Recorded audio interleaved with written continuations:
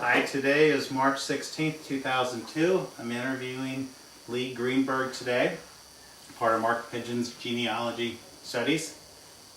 Good afternoon, Grandma. Good afternoon, Mark. Can you please tell us your full name and why you were given that name? My name is Leonord Gertrude Lipsey Pidgeon Greenberg. How's that? How did your parents come up with I don't Leonord? know. I think I was named after a man, and they couldn't remember my name, so they called me Baby. Okay. And then when I got to become a teenager, I said, Mama, I'm too old to be called Baby. You'll have to call me by my name. She said, okay, we'll call you Babe. And that stuck with me. I thought my grandpa, David Pidgeon, named you that as a nickname. You were named that growing up. No, but he called me Babe too. Everybody called me Babe. And then a lot of them called me during the school. I was one time put in a boys' gym class because I thought my name was Leonard and I was a boy. And so I had trouble with that name. I should have changed it years ago, but I never did. And the city you were born? Chicago, Illinois. Remember the hospital? I don't remember, but I was born in a hospital. I should have looked it up for you. Any events surrounding that? Any stories your parents told you about it? No, my father worked in a saloon. A saloon, like a bar? At a bar. He was a bartender. I don't know, I think so. He worked for his brother. And my mother worked in a millinery shop. She made hats. Military hat? Making military hats? No. A millinery hat store for ladies. Okay. And made beautiful hats for women. I didn't know that. Yeah. Do you remember your childhood a little bit? My what? Childhood. Yeah. What do you want me to remember? Okay, you said you were born in Chicago. Did you grow up in Chicago? No. I came to Des Moines when I was just a few months old. So that's my roots in Des Moines, Iowa. What brought you guys to Des Moines? My Aunt Mary and Uncle Louie had moved to Des Moines. What were their last names? Hockenberg. Okay. And they were in the grocery business. And so they told my father that if he came to Des Moines, that he could work for my uncle. Okay. So he came to work for my uncle. And then later on, my father opened up his own grocery store at 1515 East Des Moines, Iowa. I think we got some cousins coming right now. So we're going to take a little break. It's nice. Your granddaughter Dina just came by to visit with your great-grandkids.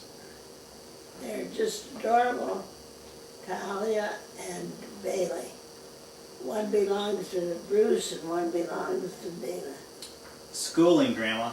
Where did you go to school? Went to Lucas School, and that was not very far from where we lived. It was behind my father's grocery store, about a half a block. And every day we were mostly late for school because it was so close. That was at elementary school or? Lucas. Lucas School. And what part of town was that in Des Moines? That was on 16th and, I don't know the name of that street. I think it was like Logan or something like that. It was one street over from Walnut. Okay. High school? No, that was where I went to high school. I went to high school to Roosevelt High. What year is that? You graduate? I graduated in 1931.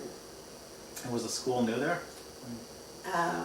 Fairly new, and it hadn't been open for that long.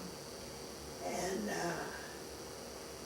I remember going to Roosevelt. My father gave me 50 cents every 2 weeks to buy my car checks for school, and 15 cents left over was for my lunch. And if I wanted extra money, I had to take my lunch and I'd save the 15 cents. And with that, would you believe I bought a bedroom set for $2 a week? I paid for it out of my money. And when I got married, my mother asked me if I wanted the bedroom set, and I said, no, I'm going to get a new one. I'm getting back to the school. So you finished Roosevelt, any other school after Roosevelt? No, I wanted to go to college, but my father said, what do you want to take up? And I said, I don't know, maybe boys. He said, I can't afford to send you that to school for nothing. He said, I'm going to send Al, and so I can't send you. So I said, well, can I work for you? And he said, yes, you'll give me $10 a week. And so I got $10 a week, and then I thought I should get more. So one day I said, Daddy, don't you think I deserve a raise? He said, maybe you do, but how much money do you pay Mama for room and board? And I said, nothing. He said, okay, I'll give you $5 a week raise, and you can give that to Mama for your room and board. I said, well, I don't have anything then. He said, that's the way it is. So I quit. And I went downtown and tried to find a job, and I couldn't find a job. It was getting to be toward Depression time. And so I came back and called him up from the house, and I said, Daddy, can I have my job back? And he said, yes. So he was as happy to get me back as I was to go back. When did you meet my grandfather, David Pidgeon? I had a blind date with him. My cousin Vivian fixed me up with a date, and it was before the Jewish holidays. And so I started going with him. And I remember one time I had a date with him to go to the movie, and we got down to the movie and he forgot his wallet. And I didn't have any money, so we had to go clear back to his house so he could get some money to take me to the movie. And I didn't smoke, and he'd always take me to a restaurant after the movie, and we'd have something to eat. So he said, do you smoke? I said, yes. He said, you want some cigarettes? I said, yeah. So you had your...